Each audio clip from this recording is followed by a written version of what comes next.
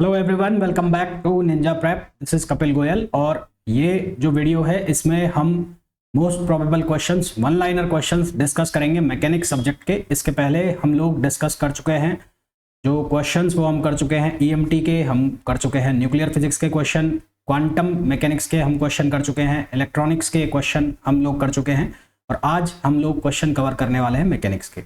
जैसा कि मैंने आपको अपने पहले वीडियोज़ में भी बताया है, ये जितने भी क्वेश्चंस हैं वन लाइनर टाइप है। इनके अंदर अगर न्यूमेरिकल है तो वो बहुत कम न्यूमेरिकल है, ज़्यादातर मैंने वन लाइनर जो क्वेश्चंस हैं उनको कवर किया है सो दैट जब आप अपना रिवीजन कर रहे हो तो ये जो लेक्चर्स हैं इनको आप 10 से 15 मिनट के अंदर फास्ट फॉरवर्ड में यानी कि 2x की स्पीड पर ख़त्म कर पाएँ। इसके अलावा इनका जो PDF है वो भी मैं आप लोगों को शेयर कर देता हूँ जिससे जल्दी से जल्दी आप अपना रिवीजन कंप्लीट कर पाएँ और वन लाइनर क्वेश्चन जो हैं आपके वो कवर हो जाए। ठीक है, तो वीडियो को कंटिन्यू करें उसके पहले यदि आप लोगों ने अभी तक भी वीडियो को लाइक नहीं किया है तो प्लीज़ वीडियो को लाइक कर दीजिए, चैनल को सब्सक्राइब कर दीजिए। रेगुलर अपडेट्स के लिए, सबसे पहले अपडेट्स के लिए आपने अभी तक अगर बेल आइकन को प्रेस नहीं किया है तो बेल आइकन को आप ज़रूर प्रेस कर दें। चलिए स्टार्ट करते हैं वीडियो। तो पहला जो क्वेश्चन आप लोगों को दिखाई दे रहा है स्क्रीन के ऊपर, उसमें बोला गया है particle of mass m moving in a circular orbit. Particle है जिसका मास m है, तो एक सर्कुलर ऑर्बिट में मोशन कर रहा है। रेडियस जो है उसकी है वो r और उसका जो एंगुलर मोमेंटम है वो है l about the centre. Kinetic energy in terms of L m r, यानी कि जो काइनेटिक एनर्जी का टर्म है उसके अंदर L भी हो, M भी हो और R भी हो। अब क्योंकि वो सर्कुलर मोशन कर रहा है तो यहाँ एक बात तो क्लियर है कि उसकी जो काइनेटिक एनर्जी होगी वो कौन सी काइनेटिक एनर्जी होगी, वो होगी रोटेशनल काइनेटिक एनर्जी। यानी कि अगर मैं काइनेटिक एनर्जी लिखूं तो वो किसके बराबर होगी, हाफ आई ओमेगा स्क्वायर। अब L जो होता है L वो किसके बराबर होता है, L equals to I omega, है ना। तो यहाँ से ओमेगा को आप क्या लिख सकते हो, L ओवर आई आप लिख सकते हो। तो यहाँ से काइनेटिक एनर्जी का फॉर्मूला जो बनेगा 1/2 ओमेगा की जगह क्या लिख सकते हो, L ओवर आई। तो ये हो जाएगा L स्क्वायर ओवर आई स्क्वायर, L स्क्वायर ओवर आई स्क्वायर। तो एक स्क्वायर से ये स्क्वायर कट जाएगा तो यहाँ बचेगा L स्क्वायर अपॉन 2i। अब i जो है i वो बराबर होता है mr स्क्वायर, ये हमें पता है, तो हम ये वैल्यू यहाँ पर सब्सटीट्यूट कर देंगे तो L square over 2mr square. तो अब ऑप्शन चेक करो कौन सा आएगा, ऑप्शन सी इसका करेक्ट आंसर हो जाएगा। बड़ा ही सिंपल सा क्वेश्चन था, बेसिक जो चीजें हैं आपको पता होनी चाहिए। नेक्स्ट क्वेश्चन पे आओ। The angular momentum of a particle rotating under a central force. कोई पार्टिकल है जो रोटेट कर रहा है सेंट्रल फोर्स के अंडर में, तो उस इज कांस्टेंट ड्यू टू। वो कांस्टेंट क्यों होता है ये मैं आपको बता चुका हूं कि जो पार्टिकल है अगर वो सेंट्रल फोर्स के अंडर में क्या कर रहा है, मोशन कर रहा है, तो उसका जो टॉर्क है वो क्या होता है, जीरो। और टॉर्क जीरो हो जाता है तो एंगुलर मोमेंटम कांस्टेंट हो जाता है और वो पार्टिकल जो फील्ड, सेंट्रल फील्ड के अंदर मोशन कर रहा है उसका जो प्लेन है वो क्या हो जाता है, कांस्टेंट हो जाता है। ठीक है, क्वेश्चन नंबर 3 पे आओ। यहां पर हमें बोला है प्लेनेट मूव्स अराउंड अ सन। देखो एक सन है, ये आपको मैं बता चुका हूं, पेरिहेलियोन और एपोगी, ये भी मैं बता चुका हूं। मान लो ये सन है यहाँ पर, तो ये एक फोकी के ऊपर रखा हुआ है, दो फोकस हैं एलिप्स के, उनमें से एक पर है। तो यहाँ पर r मिनिमम हो गया और यहाँ पर r मैक्सिमम हो गया। जहाँ r मिनिमम होगा वहाँ वेलोसिटी मिनिमम होगी, मिनिमम होगा वहाँ पर r वेलोसिटी जो है वो मैक्सिमम होगी। यहाँ पर वेलोसिटी मैक्सिमम और यहाँ पर वेलोसिटी मिनिमम। तो आप क्या लगाओ, अब आप लगाओगे angular momentum, conservation of angular momentum, conservation of angular momentum.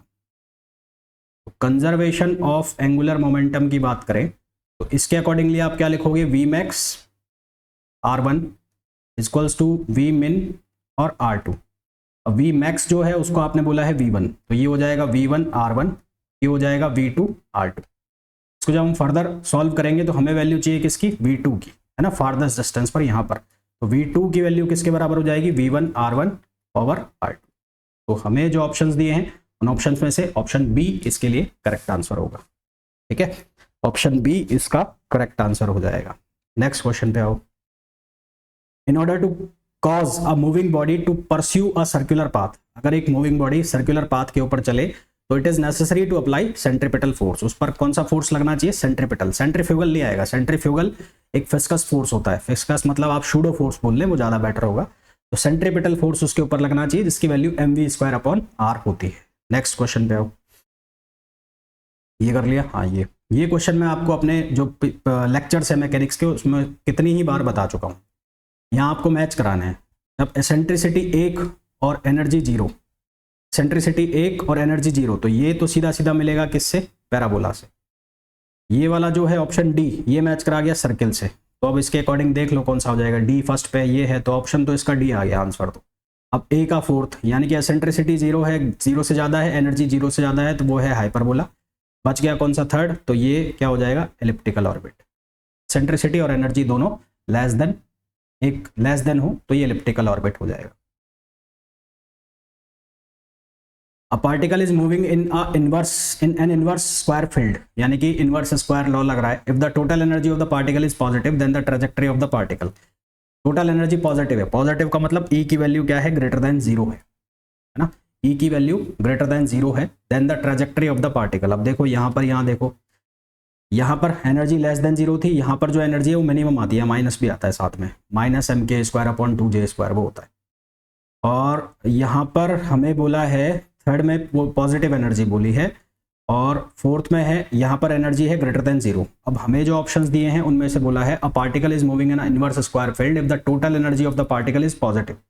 Total energy positive है, then the trajectory of particle is, तो trajectory of particle total energy positive, positive का मतलब हो गया ग्रेटर देन 0, और ग्रेटर देन 0 का जो केस आ रहा है वो कौन सा है? हाइपरबोला। तो आंसर क्या आ जाएगा? हाइपरबोला आ जाएगा इसका ना। अगर ये टोटल एनर्जी 0 के बराबर आती, टोटल एनर्जी 0 के बराबर आती तो ये हो जाता पैराबोला, और ग्रेटर देन 0 आ गई तो ये क्या हो जाएगा? हाइपरबोला हो जाएगा। तो ये कौन सा हो गया? हाइपरबोला।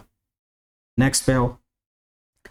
ये मैंने आपको जब मैकेनिक्स का रिवीजन लेक्चर लिया था तब भी बताया था, जो third law of Kepler law है, third law of Kepler law, Kepler, उसके अकॉर्डिंग t² प्रोपोर्शनल टू होता है a³, जहां a यदि सर्किल है तो उस केस में रेडियस हो जाएगा, अदरवाइज इलिप्स के केस में ये अगर मेजर एक्सिस है और ये अगर माइनर एक्सिस है तो ये कौन सा हो गया? मेजर एक्सिस हो गया।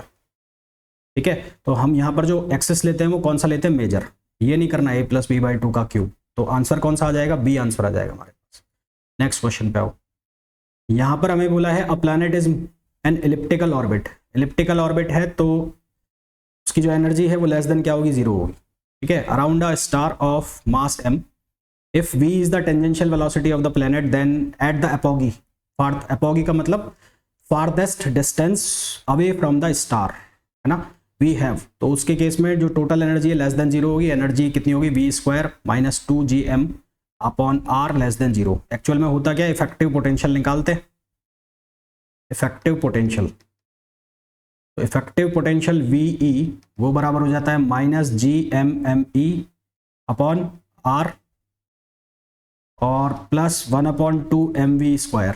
इससे हम निकालते हैं E की वैल्यू लेस देन 0, यानी कि v² - 2gmm/r लेस देन 0। ये हम निकाल लेते हैं वैल्यू एलिप्स के लिए। एलिप्स के लिए टोटल एनर्जी क्या हो गई? 0 से कम हो गई।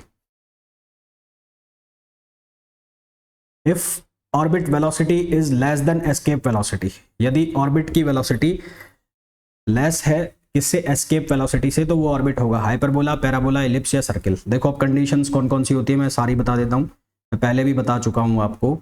यदि वेलोसिटी ऑर्बिट की ज़्यादा हो किससे? उसकी जो एस्केप वेलोसिटी है उससे, तो ये बनता है हाइपरबोला।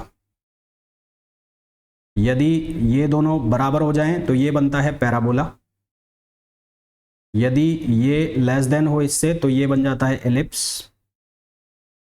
और अगर v = VE√2 हो तो ये बन जाता है सर्किल, सर्कुलर। अब हमें यहाँ पूछा है orbit velocity is less than escape velocity, यानी कि ये कंडीशन, तो इस केस में हमारे पास जो आंसर आ जाएगा वो आ जाएगा एलिप्स। क्या आंसर आ जाएगा? एलिप्स आ जाएगा। यहाँ पर हमें दिया है गिवन r पोजीशन वेक्टर दिया है, उसको सिलेंड्रिकल कोऑर्डिनेट में कन्वर्ट करना है। तो ये मैंने बनाया सिलेंडर, सिलेंडर बनाया और को ऐसा, ये इसका z एक्सेस हो गया, इसको ले लिया मैंने x और ये ले लिया मैंने y। ये प्लेन हो गया, ये प्लेन हो गया जिसके अंदर ये सिलेंडर रखा है ऐसे। ठीक है, अब ये जो एक्सिस है ये वाला, इसकी हर एक पॉइंट पर रेडियस होगी, इसके 3 कोऑर्डिनेट होंगे, एक रो, फाई और z। रो का मतलब होगा रेडियस, फाई का मतलब होगा polar angle, azimuth angle sorry, और जेड का मतलब होगा जेड डायरेक्शन। तो ये जेड हो गया, ये एक्स हो गया और ये वाई हो गया। तो यहाँ से जो एंगल बनेगा ये एंगल होगा फाई, अजीमुथ एंगल, और ये हो गई रेडियस। रेडियस कितनी होगी, रो। तो इसका एक्स कोऑर्डिनेट कितना हो जाएगा, एक्स कोऑर्डिनेट हो जाएगा रो कॉस फाई, और जो इसका वाई कोऑर्डिनेट है यानी कि ये वाला, ये कितना हो जाएगा, रो साइन फाई। तो यहाँ से हमारे पास रो की वैल्यू आ जाएगी under root x square plus y square. Z coordinate जो है वो जेड ही रहेगा, है ना। और टेन फाई अगर आप निकालना चाहते हो तो टेन फाई यानी कि फाई की वैल्यू वो कितनी आ जाएगी, tan inverse phi upon x. तो कौन सा मैच करेगा, ए ऑप्शन मैच कर जाएगा। ठीक है, कौन सा मैच कर जाएगा, ए ऑप्शन। फाई जो है वो क्या कहलाएगा, अजीमुथ एंगल। यहाँ वेक्टर दिए हुए हैं और इसका एंगुलर मोमेंटम निकालना है। तो angular momentum m r cross v, यानी कि आर क्रॉस पी से निकाल लो। तो आर दे रखा है और आपको वी दे रखा है, तो एम और इसका मैट्रिक्स निकाल लो। तो ये बन जाएगा आई कैप जे कैप के कैप और आर क्रॉस वी, तो ये 1 2 -3 और वी कितना हो गया, 2 -3 और 1। ठीक है, इसको सॉल्व करोगे तो तुम्हारे पास आंसर आएगा -7m आई कैप प्लस जे कैप प्लस के कैप। तो ऑप्शन हो जाएगा इसका बी। ये क्वेश्चन जो मैं आपको कराता हूँ ये मेरे कराने के बाद एक बार सॉल्व करके देख लेना। इसको मैं जल्दी जल्दी में करा देता हूँ, हो सकता है कुछ इधर उधर गलतियां हो जाए तो उसको चेक कर लेना आप लोग, कहीं ऐसा कैसे रख के चले जाओ। तो एक बार ऑप्शन चेक कर लेना इनको।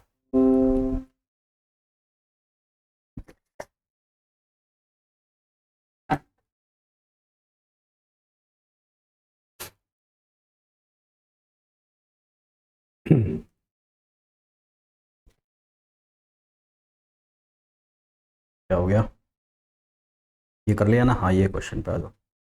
फोर्स की वैल्यू हमें दे रखी है, कंजर्वेटिव बोला है। तो कंजर्वेटिव बोला है, इसका मतलब जो फोर्स है वो बराबर होगा ग्रेडियंट ऑफ पोटेंशियल। तो ग्रेडियंट ऑफ पोटेंशियल हो गया, फोर्स आर डॉट आर है, r vector dot r vector यानी कि ए डॉट बी। तो ये हो जाएगा आर स्क्वायर बराबर हो जाएगा minus d v upon d r. इसको आप कर दो क्रॉस मल्टीप्लाई, तो यहां से बनेगा minus d v equals to r square d r. इसको आप लिख सकते हैं minus r square d r, इस तरह से लिख सकते हैं। इसका आप इंटीग्रेशन कर देंगे तो माइनस आर क्यूब ओवर 3 और प्लस सी, यानी कि ऑप्शन बी हमारे पास इसका करेक्ट आंसर होगा। नेक्स्ट क्वेश्चन पे आओ। A gun of mass 2 kilogram Fyers a bullet of mass 20 ग्राम। ठीक है, और गन का मास कितना है, 20 किलोग्राम।